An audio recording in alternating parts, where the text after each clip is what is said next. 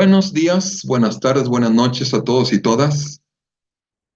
Jaime Lainez Potisek, colaborador de Indosoc, y este es el tercer video de tres sobre el tema del método del pensamiento social cristiano. Bien, recordarán que en el video anterior explicamos el origen el origen histórico, el origen social, el origen contextual del método del ver, juzgar y actuar, o ver, pensar y actuar. ¿Mm? Ahí en el contexto de la JOC, Juventud Obrera Católica, con Joseph Cardin, 1925. En la lectura que acompaña este video, mejor dicho, este video que acompaña la lectura, que es la que profundiza en el tema, en la lectura se explica entonces cómo este método, la, la práctica de la fe, la teología, el pensamiento filosófico, antropológico y el pensamiento teológico en Latinoamérica y el magisterio social latinoamericano va a asumir, va a apropiarse este método y digamos al apropiárselo lo va a, ¿cómo decir?, a profundizar, a, a darle muchísimo más raigambre, raíz teológica en el Evangelio, por supuesto. No es que antes no la tuviera, pero lo va, digamos, a potenciar en sus cualidades, en sus características para pensar cristianamente, ¿no? Por eso es muy importante. Eh, Paso entonces a dar los puntos fundamentales de esta apropiación latinoamericana del método del ver, juzgar y actuar. Que por cierto, con esto también al final lo voy a reafirmar, al ser una apropiación, digamos, regional, local, por si quieren ustedes, contextual, latinoamericana, ustedes pensarían, ah, bueno, entonces fue porque sirvió para Latinoamérica, no para otras realidades. Y obviamente no. Fue un aporte específico latinoamericano para el mundo, un aporte específico latinoamericano para globalmente para toda la iglesia. Uh-huh. De modo que fue una metodología que luego va a asumir todo el pensar, la teología, la práctica cristiana en varios continentes, ¿no? De diferentes formas. Pero bueno, paso entonces a dar los puntos fundamentales de esta metodología cardiniana del ver, pensar y actuar, acomodada, o mejor dicho, apropiada, actualizada en Latinoamérica. Bien, entonces les decía, este método del ver, juzgar y actuar se lo va a apropiar la teología, el pensar teológico latinoamericano, con su apellido específico, Teología Latinoamericana de Liberación, o antes que teología, Práctica Latinoamericana de Liberación, porque antes que teología fue la práctica, ¿no? Fue el quehacer de muchos y muchas cristianos y cristianas, quehacer liberador. Y de ahí la teología como acto segundo lo va a recoger, ¿no? Bien, y de ahí también, desde esa práctica, desde esa experiencia existencial de la práctica liberadora de cristianos y cristianas en su realidad, el magisterio latinoamericano va a recoger con su palabra ese quehacer eh, teológico, pastoral, ético, ¿no? Bien, Eh, les decía, la teología, la teología, la práctica liberadora, el quehacer liberador, pero específicamente la teología,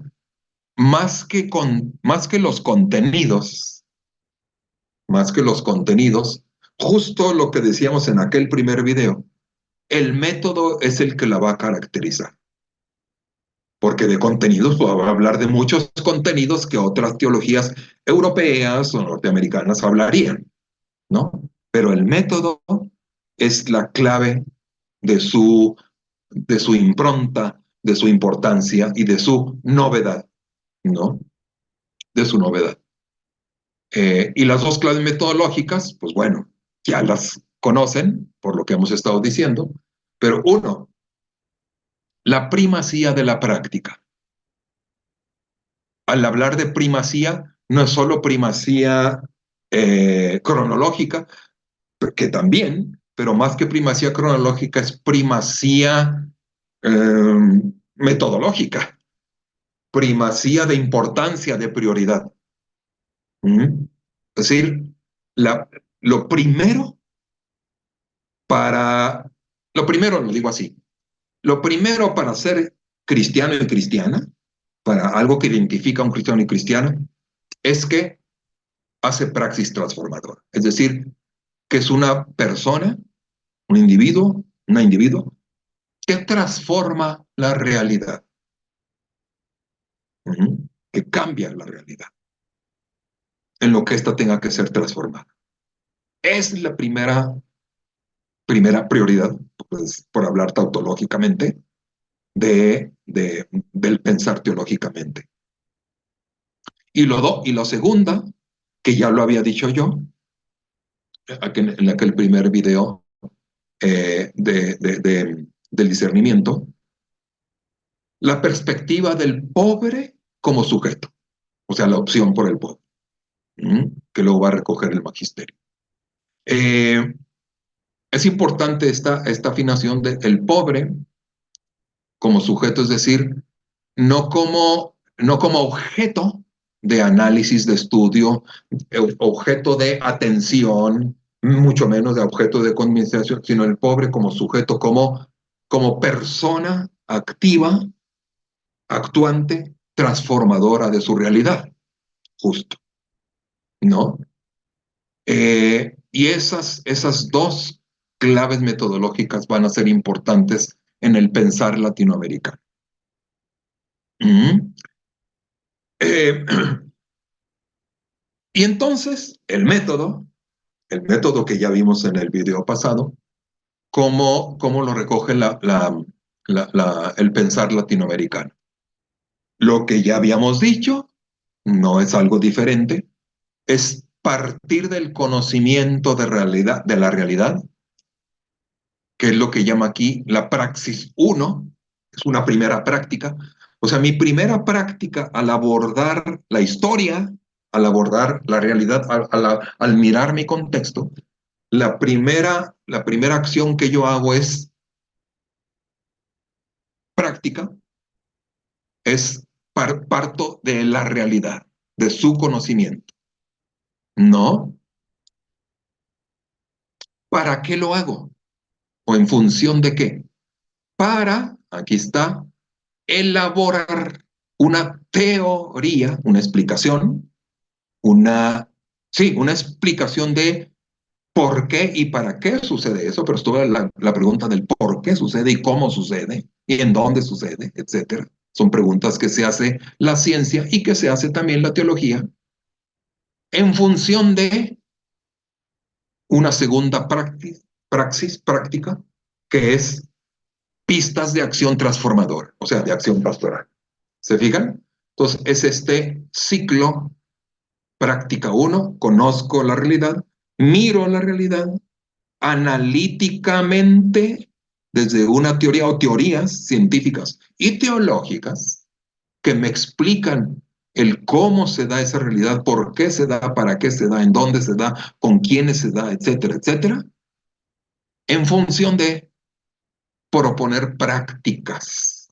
praxis transformadoras, no cualquier práctica, sino prácticas que transformen la realidad. ¿De quién? De los y las pobres. Y en ese sentido, al transformar la realidad de los pobres, transforman a toda la sociedad, ¿no? Bien. Dice aquí, el orden de realización es ascendente, porque aquí está visto, bueno, de una manera no en tercera dimensión, pero imagínenselo en tercera dimensión, es ascendente, es decir, no es un círculo cerrado, sino es como una espiral, ¿no? Es como una espiral, es decir, no es algo cerrado en sí mismo, sino es algo práctica, teoría, práctica, nueva práctica, nueva teoría, nueva práctica, y así, ascendentemente, ¿no? Con quiebres, no, digo, no tampoco es perfecto, ¿no? Pero la idea es que cada vez más hay aproximaciones más cercanas, más válidas, más eh, explicaciones más explicables de la realidad, que nos expliquen la realidad, ¿verdad? Esa es un poco la idea, ¿no? Y entonces, ¿cómo cada una de estas partes, cada una de estos lugares del método nos explica, eh, nos explica eh, este método, ¿no? Aquí se le va a llamar, al ver, ¿no?, la mediación socioanalítica, ¿no? ¿Por qué? Fíjense aquí ya, mediación. Medio, ¿no? Recurso para ver la realidad. Y es lo que llamó la teología latinoamericana, la práctica latinoamericana, la filosofía latinoamericana, la ética latinoamericana, la necesidad de la mediación socioanalítica. ¿Mm? ¿Qué nos dice? Que el compromiso cristiano, el compromiso con la realidad, no puede partir de un mero empirismo, es decir, de lo obvio, ni objetivismo positivista, dice ahí, ¿no? Eh, de la mera realidad como la estoy viendo superficialmente, ¿no? Como la podríamos ver. Sino discernimiento, acuérdense, discernimiento, primer video, discernimiento previo de la realidad con sus instrumentales. Es decir, acuérdense, discernir, a ver, cómo está presente o no en esta realidad histórica concreta Dios o la ausencia de Dios, ¿no? ¿Cómo está presente el reino o el antirreino o el contrarreino, ¿no? Bien, eh, ¿cuál va a ser la situación sociohistórica pastoral que hay que ver? La situación de injusticia y de opresión. No, no es cualquier cosa la que hay que mirar. No es cualquier cosa, no es cualquier realidad, sino realidad de injusticia y opresión. Es decir, hay una opción desde inicio, también analítica, socioanalítica, de que yo lo que voy a querer ver cuando me pongo los lentes del análisis es ver, a ver, aquí donde hay injusticia. ¿Mm? Entonces, como los cuestionamientos de la realidad a la fe, porque la realidad cuestiona a la fe, es decir, le hace preguntas a la fe. La fe se siente cuestionada, se siente interpelada, se siente provocada, se siente convocada desde la realidad a hacer algo. Y le van a medir entonces de la economía, de la política y la cultura, ¿no? Bueno, este paso, el ver, dice el pensamiento latinoamericano, ya en sí mismo es un acto político. ¿Mm? Es investigación y acción. Es decir, una opción por la acción, ¿no? Por la acción en la polis, en la realidad social, en la ciudad, en la realidad concreta. Entonces, el ver va a ser la mediación socioanalítica. Vamos a ver qué dirá el pensamiento latinoamericano: conocer es siempre interpretar. Siempre que conozcas vas a interpretar, y esta interpretación va a estar mediada por una teoría, ¿no? No cualquier teoría. El instrumental que vas a usar entonces son, dice aquí, ciencias comprometidas que hagan de la teoría del conocimiento una teoría crítica de la sociedad, ¿no? Eh, es decir, voy a hacerme preguntas desde unas ciencias sociales, ¿a qué llama comprometidas? Pues que vean la realidad de cómo le está yendo a la situación, cómo les está yendo a los pobres y a las pobres, a las personas en situación de empobrecimiento en todos los sentidos, en sus diversos rostros. Y entonces, ¿cómo conocer eso y por qué se da eso y en dónde se da eso? ¿No? Entonces, todo agente de pastoral, todo laico, laica, todo teólogo, teóloga, todo actor social tenga un hábitus socioanalítico, el hábito de pensar socioanalíticamente la realidad. ¿Mm? Porque la práctica de liberación, la práctica liberadora, no va a ser simplemente un lugar donde aplico yo una teoría preestablecida, sino que esa práctica va a ser fuente creadora de ideas, de reflexión, revisión, criterio de verdad, etcétera, ¿no? Entonces, la realidad, ¿no? Mi realidad, mi historia concreta, la realidad dice aquí, se vuelve lugar social, lugar epistémico, o sea, lugar, ¿qué quiere decir esto? Donde yo conozco la realidad o donde la desconozco y no la miro. Es decir, y para nosotras creyentes, personas creyentes, se convierte en lugar teológico. ¿Sí? Lugar de la presencia o ausencia de Dios, lugar para interpretar qué hay que hacer ante esa realidad. Bueno, este es el ver. ¿Va? De ahí pasamos a hacer interpretación de esa realidad, ¿no? Pensar o juzgar, ¿no? El pensar o juzgar es interpretación. Y aquí es donde se acuerdan que decíamos en el método. Confronto la realidad analizada, reflexiono mi práctica a la luz del dato revelado y comprendo ese dato en el contexto de la realidad actual, ¿no? Reflexiono esa realidad y mi práctica en esa realidad a la luz de la palabra, con mayúscula, y en el contexto de la actual realidad. ¿Mm? Dice aquí, va a ser un proceso dialéctico porque tanto la realidad modifica la palabra, modificar en el sentido de que le va a dar un sentido diferente cada momento, cada momento histórico. La palabra no es algo fijo, cerrado, sino tiene, sí, la palabra de Dios siempre tiene un plus de sentido, siempre, ¿no? Entonces la realidad le va a dar diferentes sentidos. Ah, la palabra ahora me dice esto. Hace 10 años me decía otra cosa, ahora me dice esto más, etcétera, ¿no? Por eso siempre la palabra es nueva, tiene un sentido de novedad, ¿no? Dice aquí, el verum de la Biblia, la verdad de la Biblia, no es un factum dado, no es un hecho dado, sino un faciendum, se está haciendo, se va haciendo, decía Ignacio, el filósofo, teólogo, eh, eh, sacerdote jesuita y yacuría. Ir haciendo la realidad. Y en el sentido de la praxis de la fe, práctica de fe, esta mediación hermenéutica, este juzgar, fue una respuesta a la provocación del marxismo, fíjense, como todo pensamiento teórico, pensamiento social, pensamiento cultural, contexto social, contexto cultural, pues siempre ha cuestionado a la fe. Digo, en el sentido positivo, cuestionado, decir, a ver, fe cristiana, cristiano, cristianos, ¿qué tienes que decir ante esta realidad? En este caso, el marxismo, que acusa a la religión, acusó a la religión de opio del pueblo. Acuérdense de esa expresión, es decir, la religión, diría Marx, es opio, es adormecimiento, embrutecimiento, forma de ver la realidad desde la imaginación, no desde la realidad, ¿no? Sino es algo, decía Marx en ese sentido, por eso decía él, la religión, esta religión que se convierte como en opio, como en droga, como en adormecimiento, pues eso es lo que hay que combatir, ¿no?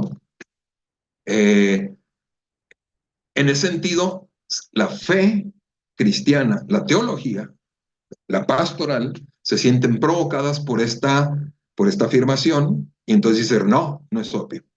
también la fe es transformadora. Quiere comprender para transformar. ¿Mm? Eh, entonces, en ese sentido, la fe va a ser una espiritualidad, una experiencia de sentido para transformar la realidad. ¿Quién va a ser ese sujeto transformador? La comunidad eclesial. Por eso se acuerdan que decíamos el pobre como sujeto, no como objeto o no como individuo o colectivo amorfo y que no sabe hacer nada más que recibir, ¿no? ¿No? Entonces, es el triángulo famoso hermenéutico, ¿no? Palabra de Dios se hace presente en las escrituras, que es el texto. La comunidad los lee en su contexto eclesial y con un pretexto, la historia, para que esa historia vaya caminando hacia su plenitud cada vez mayor, ¿no? Bueno, entonces para eso hacemos juicio, para eso hacemos análisis, para eso pensamos la realidad. ¿Para qué? Pues para actuar, ¿no? Para hacer praxis transformador, ¿no? Práctica transformadora. Es lo que se llama, lo que llaman la razón práctica, teoría práctica, ¿no? Ya dijimos lo mismo, privilegia el aspecto performativo, es decir, ¿cómo lo diríamos esta expresión? Hablando y actuando, diciendo y operando, ¿m? Teorizando y transformando. Un poco por ahí, ¿no? La primacía de la ortopraxis, no, la correcta práctica, más que sobre la ortodoxia, la correcta teoría. No preocuparse tanto o solamente, en algunos casos, o tanto por la correcta teoría teológica o pastoral o religiosa, sino para la correcta transformación de la realidad. ¿Mm? Obviamente, de esto que nos está hablando, de la dimensión sociopolítica de la fe, efectivamente. El sueño de que otro mundo es posible. ¿Mm? Termino. Eh, pues este método es un método para encarnar la fe, el compromiso, hace fidelidad a esta expresión del pensamiento social cristiano y del magisterio que se ha hecho ya como frase clave, cómo deberás mirar y hacerle caso y tomar en serio los signos de los tiempos, los hechos, los acontecimientos, lo que sucede en la historia es kairos, es aquí y ahora manifestación, voz, indicación, indicador, señal, huella de algo importante desde la fe. ¿Eh? Porque vivir, existir cristianamente, no es solo mirar, sino contemplar, en el sentido de contemplación, ¿no? Contemplativo en la liberación, contemplativo en la práctica transformadora. ¿No? Bien. Por tiempo, aquí lo dejo.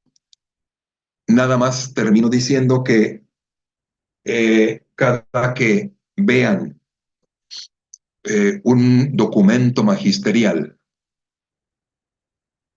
de un poco más del pasado inmediato, de cualquier pontífice o actualmente a partir de Francisco, vean cómo con ir al índice de una exhortación apostólica, de una encíclica, de una carta que tiene un tema social, vean cómo está presente el método.